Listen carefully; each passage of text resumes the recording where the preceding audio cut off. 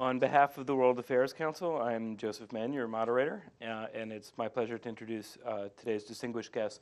Before I do that, I'd just like to say a word about Rebecca MacKinnon's book, which I think is very valuable, a real contribution to the field. It's called Consent of the Network, and it's just come out.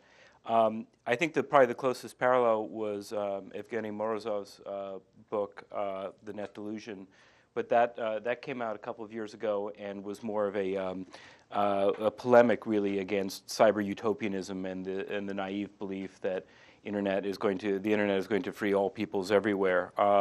And since then, at the time, I think that was pretty badly needed. And I think now, with the events have moved so rapidly, and the greater surveillance and monitoring and censorship has become so much the norm in so much of the world, that I think it was time for a much more fact-based, what's going on the ground everywhere sort of an effort, and that's what Rebecca's done. I found it very valuable.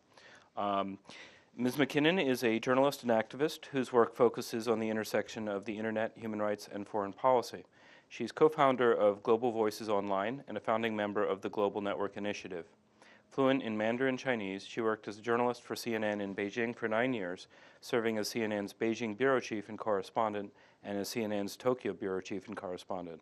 She also taught online journalism and conducted research on Chinese internet censorship at the University of Hong Kong. Additionally, she was a fellow at the Joan Shorenstein Center on Press and Public Policy, a research fellow at the Berkman Center for Internet and Society, both at Harvard. And as a senior fellow at the New America Foundation, she's examining U.S. policies related to the internet, human rights, and global internet freedom. This is her first book, and it was published in January by Basic Books. Jillian C. York, on my far left, is Director of International Freedom of Expression at the Electronic Frontier Foundation, based here in San Francisco. A longtime blogger and activist, Jillian is particularly interested in government censorship, the policing of content in corporate online spaces, bloggers' rights, anonymity, surveillance technologies, and the use of digital tools for activism. Prior to joining EFF in May, Jillian spent 3 years at the Berkman Center for Internet and Society at Harvard. She writes regularly about free expression, politics, and the internet, with a particular focus on the Arab world. She's on the board of directors of Global Voices Online and has written for a variety of publications, including Al Jazeera, Al Akbar, The Guardian, Foreign Policy, and Bloomberg. Ladies and gentlemen, please join me in welcoming Rebecca MacKinnon and Jillian York.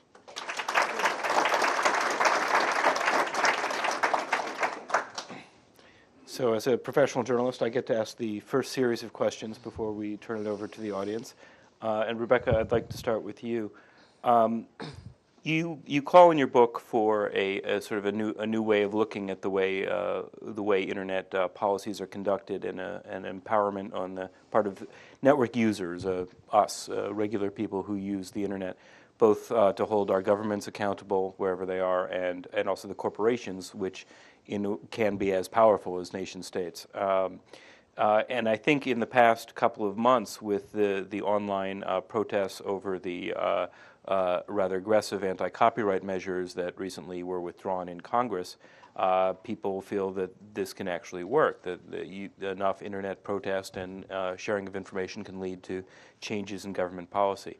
But it doesn't seem as easy when it comes to corporations who aren't responsible to voters. What would it take to get companies to balance their drive for profits with these more moral questions? Well, I think we can look to other sectors and how companies have changed. I mean, back in 1970, you had Milton Friedman, the economist, writing an essay that the only socially responsible activity of a business is producing value for its shareholders. That was also the same year that we had the first Earth Day, when I think we had a real social awakening about what sustainability means, and the fact that the value that a company long-term is generating for society and for itself is about more than just short-term profits.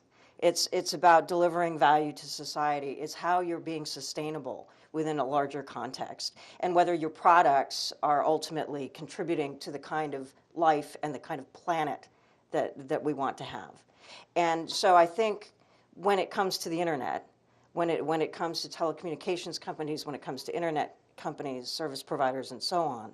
I think what we're seeing now is an awakening, really, that we need digital sustainability.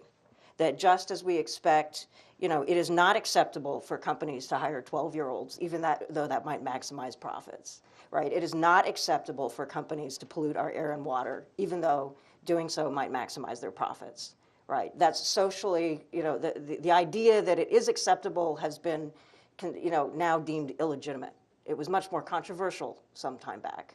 And I think we're now recognizing that unless we, as we have entered now an era in which all aspects of our lives, we depend on these digital platforms and services, not only for our personal lives and how we conduct our business or education, but also our politics. And if the way in which these networks are structured, the way in which they're managed, the way in which they're governed in terms of their private terms of service and so on, is not compatible with the kind of values that we want our society to have, the kind of freedoms that we expect, the kinds of freedoms and rights and ability to hold government accountable that people are risking their lives for around the world every day. If these platforms and services are not contributing in a sustainable manner to the kind of world we want to have, that's not acceptable.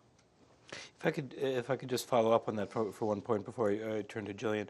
Are there any early examples of an online effort or an effort by consumers in the U.S.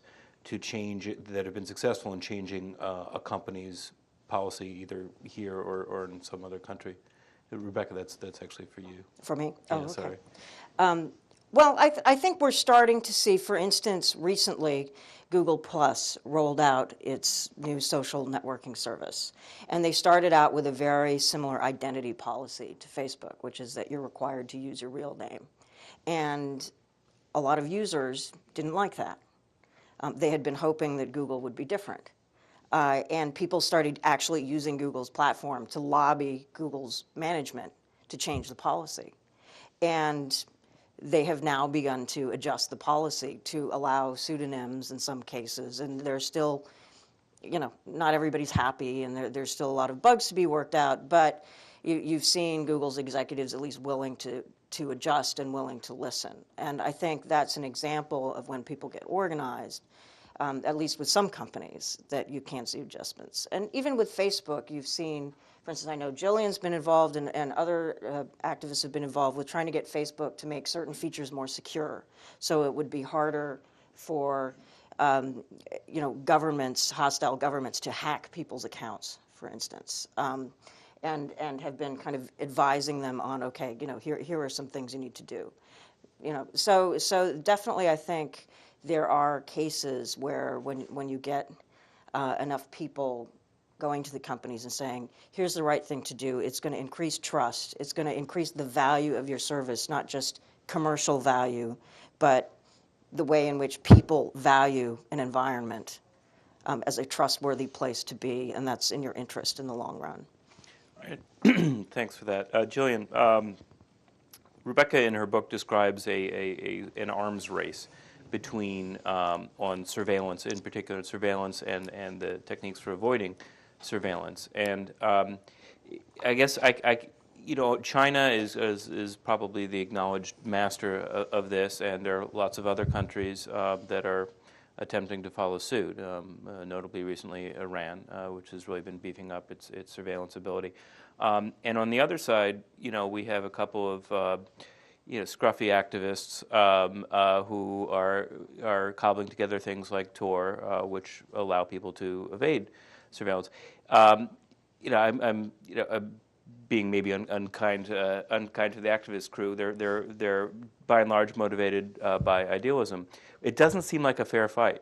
How is that battle going? And is there anything that regular people can do to tip the odds?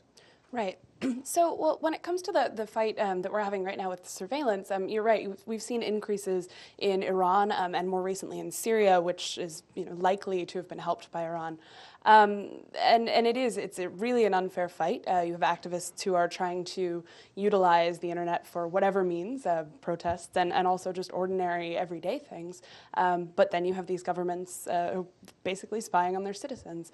And so the way that the fight is right now is that organizations like EFF and plenty of other organizations in the U.S., can't even name them all, and in Europe, are working to try to put similar standards as to what Rebecca has discussed.